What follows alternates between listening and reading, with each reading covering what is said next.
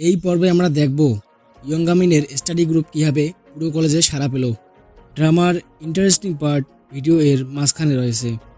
তারপর তারা সবাই যখন অন্য কলেজে তাদের স্টাডি গ্রুপের জন্য ছাত্র খুঁজতে যায়, তারা পেয়েও যায়।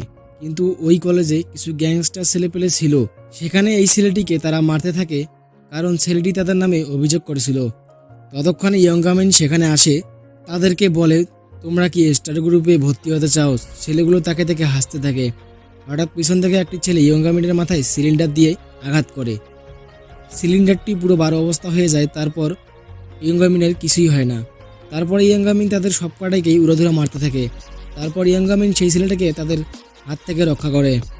তারপর তারা সবাই সেই কলেজের একটা পুরনো কক্ষে যায় এবং দেখে সেখানে সব কিছুই এলোমেলো।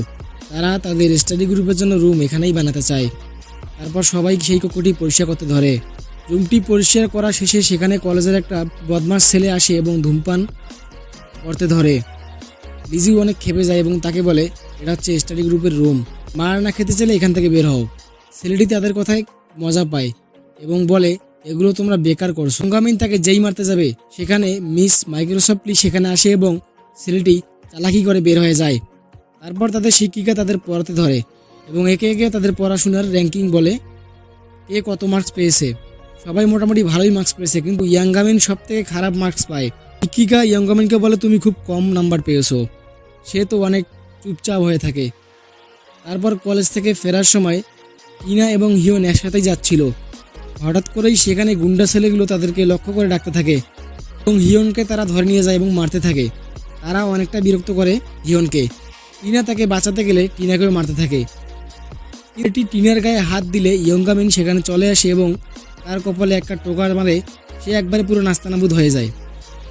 সেই দৃশ্য থেকে সব দুষ্টুরা ভিডিও ধারণ করতে ধরলে ইয়ঙ্গামিন তাদের কাছ থেকে ফোন ছিনিয়ে নেয় এবং তারা সবাই সেখান থেকে পালিয়ে যায়। তারপর হিয়ন টিনাকে বলে, তোমার কিছু হয়নি তো? টিনা বলে, না, আমি ঠিক আছি। তারপর হিয়ন সেখান থেকে চলে যেতে ধরলেই ইয়ঙ্গামিন তার ঘাড়ে হাত দিয়ে বলে, আমরা তাদের উচিত শিক্ষা দিয়েছি। হিয়ন বলে, আমরা না, তুমি সবাইকে মেরেছো, আমি তো কিছু পারি না। আমি কারোর সাথে মারামারি করতে পারি না। আসলে হিয়ন মারামারি খুব একটা পারে না, তাই সে অনেক কষ্ট পায়। হিয়ন যখন বাসায় যায় তখন তার বাবা তাকে মারে এবং বলে যে, এত রাত করে বাড়ি ফিরছিস কেন? তোকে না বলছি পড়াশোনা বাদ দিয়ে কাজ কর। হিয়ন রাগ করে বাসা থেকে বের হতে ধরলে ইয়ঙ্গামিন তাকে বলে, চলো আমার সাথে, আমি জানি তুমি অনেক কষ্ট পেয়েছো, তুমি আমার সাথে থাকবে আমাদের বাসায়। কিন্তু হিয়ন তার কথা শুনে না, সে সেখান থেকে চলে যায়। তারপর হিয়ন কানে হেডফোন দিয়ে গান শুনতে শুনতে কোথায় জানি যাচ্ছিল। হঠাৎ তার সাথে সেই দুষ্টু ছেলেটা দেখা হয়। তারপর দুষ্টু ছেলেটা তাকে বলে, এবার তোর কি হবে? এবার তো আর ইয়ঙ্গামিন আসতে পারবে না। হঠাৎ কল আসে হিয়নের ফোনে। ছেলেটি বলে, কলটা ধর। যেই কলটা ধরে ইয়ঙ্গামিন তাকে দূর থেকে সেখানে সব কিছু বলে দেয়, কীভাবে তাকে মারতে হবে। তারপর হিয়ন তাকে উচিত শিক্ষা দেয় এবং হিয়ন অনেক খুশি হয়ে যায়।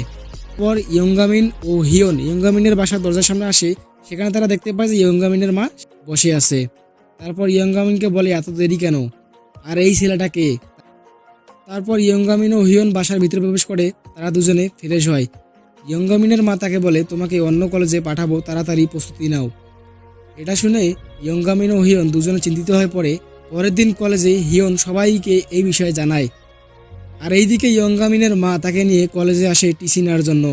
হিয়ন ও তার বন্ধুরা সবাই অনেক চেষ্টা করে ইয়ঙ্গামিনের মাকে থামানোর জন্য, কিন্তু ইয়ঙ্গামিনের মা তাদের কোনো কথা শুনে না এবং সেখান থেকে গাড়িতে চলে যায়। তারা সবাই ভাবে যে তাড়াতাড়ি ম্যামকে বিষয়টা জানাতে হবে। তারপর তারা তাদের ম্যামকে বিষয়টা জানায়। তারপর ম্যাম সহ সবাই ফলো করে ইয়ঙ্গামিনের গাড়িকে। পরে তাদের পথ আটকায় দুষ্টু ছেলেগুলো। তারপর লিজিউ এবং ইউসুং সব কটাকেই মারতে ধরে। তারপর ইউসুং লিজিউকে গাড়িতে যেতে বলে এবং ইয়ঙ্গামিনের গাড়িকে ফলো করতে বলে। তারপর তাদের ম্যাম গাড়ি নিয়ে ইয়ঙ্গামিনের গাড়ি পিছনে যায়। অবশেষে মিস লি ইয়ঙ্গামিনের মাকে সব কিছু বোঝায়, আপনার ছেলে এই কলেজে থাকলে একজন ভালো ছাত্র হয়ে উঠবে।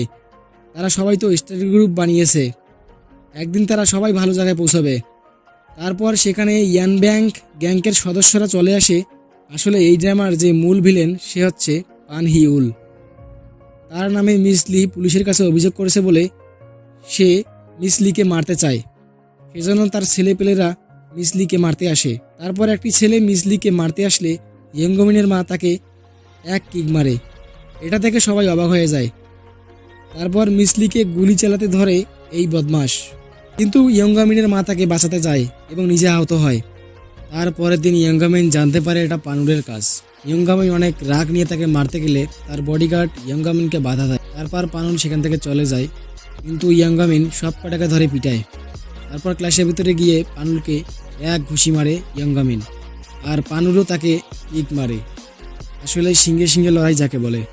তারপর এই ছেলেটি আসলে কিন্তু গ্যাংস্টার না, সে টাকার জন্য পানুলের কাজ করে, তার দাদুকে হসপিটালে চিকিৎসা করায়। ছেলেটি কিন্তু পড়াশোনা করে। তারপর ইয়ঙ্গামিনের সাথে ছেলেটির দেখা হয়। ছেলেটি তাকে বলে, দুঃখিত, আমাকে ক্ষমা করবে, আমি পরিস্থিতি বুঝতে পারি নাই। ইয়ঙ্গামিন বলে, ঠিক আছে, সমস্যা না। তারপর সেখানে পানুলের গ্যাংস্টারের দুটো লোক আসে, তাকে সাথে করে নিয়ে যায়। আসলে ছেলেটি পরিস্থিতির শিকার। ইয়ঙ্গামিনের তাকে দেখে অনেক মায়া হয়। তারপরের দিন ইয়ঙ্গামিন কলেজ থেকে বাসায় ফিরছিল, হঠাৎ দেখতে পায় কলেজে যে ছেলেগুলো তাকে মারছিল সে বলে, আমাকে বাঁচাও বাঁচাও, আমাকে মারতেছে। আসলে এই গ্যাংস্টার লোকটি তাকে মারতেছে, কিন্তু ইয়ঙ্গামিন তাকে থামানোর চেষ্টা করে, সে তার কথা শুনে না। ইয়ঙ্গামিন তাকে এক পর্যায়ে এমন ঘুষি মারে সে পুরো অজ্ঞান হয়ে যায়। তারপর ছেলেটিকে বাঁচায়। তারপর একদিন কলেজে মিসলি রাতে একটা বিশেষ কাজের জন্য কলেজে গিয়েছিল, কিন্তু তখন পানুল সহ তার গ্যাংয়ের ছেলেরা তাকে ঘিরে ফেলে। পানুল বলে, এখন তোমার কি হবে, তুমি আমার নামে কেন অভিযোগ করছো? মিসলি তাকে বলে, আমাকে যেতে দাও। পরে ইয়ঙ্গামিন সহ সবাই একসাথে হিরোর মতো এন্ট্রি করে। ইয়ঙ্গামিন দুষ্টুগুলোকে মারতে ধরে এবং মিসলিকে বাইরে পাঠানোর ব্যবস্থা করে। ইয়ঙ্গামিন এবং পানুল দুজনেই অনেক মারামারি করে, দুজনের রয়েছে একই ক্ষমতা। ইয়ঙ্গামিন যখন অনেক আহত হয় তখন সে পানুলকে এমন মার মারে পানুলের অবস্থা পুরো টাইট হয়ে যায়। তারপর তারা সবাই মিসলিকে বাঁচায় এবং পরের দিন কলেজে পানুলকে পুলিশ গ্রেপ্তার করে। এই ছিল পুরো ড্রামাটির এক্সপ্লেনেশন, পার্ট 1, পার্ট 2 এবং পার্ট 3। এটাই ছিল লাস্ট পার্ট। কোন পার্টটি তোমার কাছে সবচেয়ে ইন্টারেস্টিং লেগেছে অবশ্যই কমেন্টে জানাও, এবং এরকম আরও নিত্য নতুন ড্রামা দেখতে দয়া করে চ্যানেলটি সাবস্ক্রাইব করতে ভুলো না।